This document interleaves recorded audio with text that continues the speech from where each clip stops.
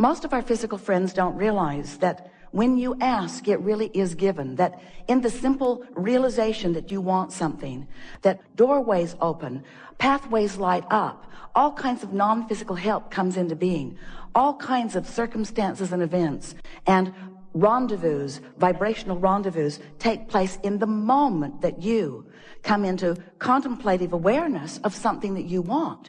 If you could see an aerial view, you would never again worry, because in the slightest wish or hope, and certainly in those stronger desires, pathways light up that are so vivid that those of us who are aware of these pathways wonder why any of you would ever worry. And then we remember that the reason you worry is because you can't see the path.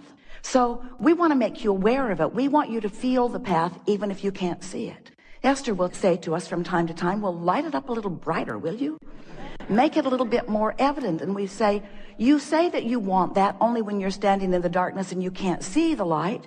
But when you're standing out there, tuned in, tapped in, turned on, you want everyone to get out of your way because you want to be the creator of your own experience. You don't want someone else doing it for you, but we just want to let you know. No one else is doing it for you, but you have infinite intelligence helping you along the way. And if you could just be a little less aware of what's not going right now the way you think you want it to be, and a little more aware of what is going the way you want it to be, so that you're tuning yourself to the highest frequency of your highest good, then those pathways would be more evident to you. And we want to stop for emphasis and punctuation. That is what the best of life is about. When you want something and you believe it and you're on your way to it and you're joyfully romping down the path on your way to it. When you go on vacation or you get on a journey, you get out on the road going someplace, you're not there when you first start, but you don't freak out because you're not there. You expect there to be some journey along the way. But we have to say, friends, we love you very much. You know what's coming after that phrase? We love you very much, but you do complain on your journeys. You do. You complain on your journeys, and we take that as a good thing, not as a bad thing. We mean it as a compliment in this sense. At very deep levels, sometimes so deep, at very deep levels, you know things are supposed to work out for you. You do. And when they're not, there is a sort of freaking out that is natural. We understand that. But we want you to know a whole lot is working out before there is a manifestation that you can show to others. And if you can be a little less hung up on the manifestation that you want to show to others and more tuned to the feeling of adventure, to the feeling of joy, don't you just love it when you want something in general terms and you don't exactly know how it will play out? Oh, you've got some ideas about how you would like it to play out. But the reason that you want whatever it is to play out in more detail is because you believe that in the manifestation of it, you will feel better. So, you know how when you want something and it hasn't yet manifested, but you have this general sense of it, and then ideas start to come to you? Don't you like that feeling of idea? Don't you like that feeling of inspiration? You do when that feeling of inspiration is accompanied or allowed on this basic platform within you of expecting good things to come. So if you could just develop a sort of general basis of beingness that goes sort of like this. I don't exactly know how it's going to be or who it's going to be or when it's going to be or where it's going to be, but I know that it's going to be really good and that I'm going to know it when I see it. In fact, I know that I'm going to know all the steps along the way, because feeling your way to the next manifestation and the next manifestation and the next manifestation is what the most of your life is about. It's not about the manifestation and the manifestation and the manifestation. It's about feeling your way along your way to the next manifestation and the next manifestation. Hear that? That's really an important thing. Because if it were the other way, if it was just manifestation, I want it, boom, I want it, boom, I want it, boom, I want it, boom, we promise you this would be a seminar on de-manifestation.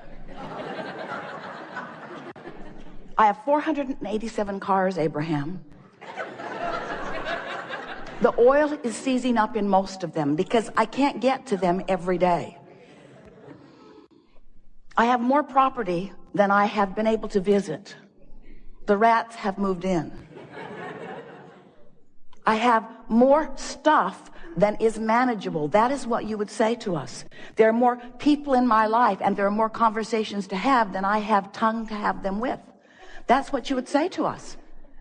But when you let your world be a vibrational world, which means it's an emotional world, which means it's a thoughtful world, now your world can be one that vacillates between comfort and ease, and power and certainty, and eagerness and clarity and passion and love and joy. In other words, you're up there on that end of the emotional scale. You're not having to dip into the contrast because you have enough contrast in that good feeling end. You like going from, the satisfaction of not being overwhelmed to the exhilaration of having a little more to do right now than you really want to do. In other words, that's really a nice blend of emotions, and you have the ability to control yourself in that way. But you've got to stop. You have to stop making it about the manifestation and begin making it about how I feel right now, how I feel right now, how I feel right now. Because you don't have control over the manifestation because you haven't exercised control over your vibration. But if you start making it about exercising control over your vibration, control over your emotion, control over your thoughts, control over your words, control over your general approach to physical life experience, what you're going to begin to notice is that you have control over all of the specifics of your life. Not just what, but where. And not just where, but who. And not just who, but when. You get to dictate every single part of your experience. You get to call the shots. You are the only one that ever calls it in, and you're the only one who ever holds it out and keeps it from coming. So do you have any idea? We do. And we're not mocking you. Well, a little. Do you have any idea how many experiences you have called to you that you're not allowing to flow with the ease that is possible? And do you know the one reason why you're not allowing these things, experiences, people, places, events, circumstances, dollars to flow to you in the way that you want? It's because you are fixated on the observation of what is, and you are letting the absence of what you want in your what isness dominate your vibration, set up a vibrational field that holds it apart. So you've got this pull, push, pull, push, pull, push thing going on. I want it, but I want it now, and I want it yesterday, and I want it so much, and the not having of it has me upset. That's basically what your vibration, most of you, we love you so much. But we thought you might like to start this new year off knowing how to create your own reality. Because nobody else is creating your own reality, you see. That's why it's called your own reality. Your own reality. You are the creator of your own reality, which means you are the vibrator of your own beingness, which means you are the thinker of your own thoughts. You are the perceiver of your own world. You are the attractor of your own experience. You are the maker of your own life. You are the uplifter of your own being. You are the magnificent genius creator who came into this physical body with the express intent of mixing it up, of looking around, of identifying what you want, of achieving vibrational harmony with it, and then taking glory, watching with reverence and appreciation and rambunctious zest for life, watching the components of your creation come into place one by one, to, in some cases, surprise you, and in every case, delight you to the power and the clarity and the worthiness and the goodness and the readiness and the bigness of that which is you. We love visiting with you. We like so much a group like you gathering together, people all around the world. We're pleased that you're there too. Listening to our rampage of appreciation of the life that you are living, your life that you are living. But you can't live your life without those like us benefiting from your exposure to your life. Because when you look around and you have experiences and you revel with delight in some of them and you shudder in discomfort at others, in every case, whether you are cringing or applauding, you are focusing energy that is creating worlds. And as you do that, we're all in on it. We get to participate with you. That thrill that you have is our thrill that you are interpreting. But when you feel bad, that's you interpreting the absence of us. Absence isn't the right word because we don't go away. It is your pinching yourself off from the vibration of your source. That is really what negative emotion is. So have you been listening to us for a while? You know about vibration? Pretty much. You understand that law of attraction is the engine that manages all of this, and that it is tuned to vibrational frequencies? Do you understand that everything has a vibrational frequency? Do you understand that your manifestations that will soon manifest have vibrational frequencies? And that if before it manifests, you achieve vibrational harmony with the frequency of it, then it comes to you faster. Do you understand that abundance has a vibrational frequency? Yeah? And can you imagine what it feels like? What would the vibrational frequency of abundance feel like if you were going to put words to it? It would feel like ease. It would feel like freedom to choose, certainly. It would feel like eagerness. It would feel like clarity. The vibration of abundance feels like fresh air. It feels like clear path. It feels unlimited. It feels always flowing. It feels abundant, abundant, abundant, meaning never ending, always flowing. It doesn't feel pinched off, and it doesn't feel like jealousy, and it doesn't feel like worry, and it doesn't feel like fear. It feels like fun. It feels like sureness. It feels like certainty. So let's say that you're standing in a what-isness of less abundance than you want. If you can take your attention away from your perceived manifestation of not enough, and you can focus upon something else that feels like fun, or something else that feels unlimited. In other words, you can use subjects other than the subject of money, which may feel like not enough every time you think about it. You can focus upon other things that feel like fun, that feel unlimited, that feel like clarity, that feel like fresh air. You can practice the seed vibration of abundance by staying off the subject if the subject calls something different from you. You see what we're talking about?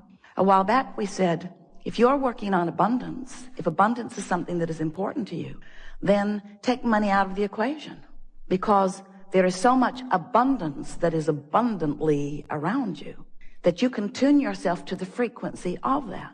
What's something else you want? Usually it falls into a handful of categories. You want money, you want a lover, you want someplace really great to live, you want a body that feels good. So let's say that your intent is for a lover who isn't there. A lover, what does a lover feel like? What does it feel like? What does being in love, what does a lover feel like?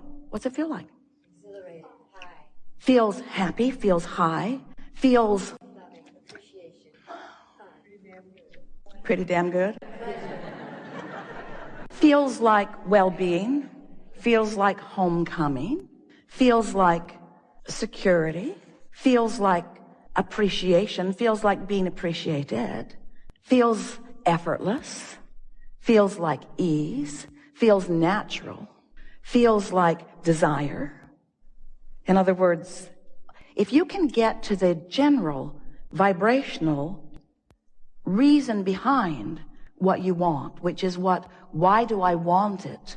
The question, why do I want this thing, will bring to you.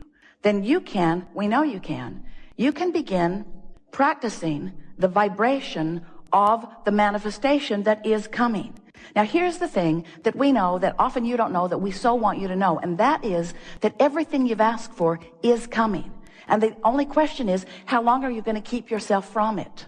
That's the only question. So do you sense that we sense? Do you understand that there is abundance immeasurable, abundance not recognizable by most of you, abundance not yet experienced, let's just put it that way, by most of you, abundance for you, vibrationally queued up, and that all you've got to do, the only thing you've got to do is to practice the vibration of it, and it makes its way to you in so many different life-giving, fun ways. But you got to practice the vibration of it.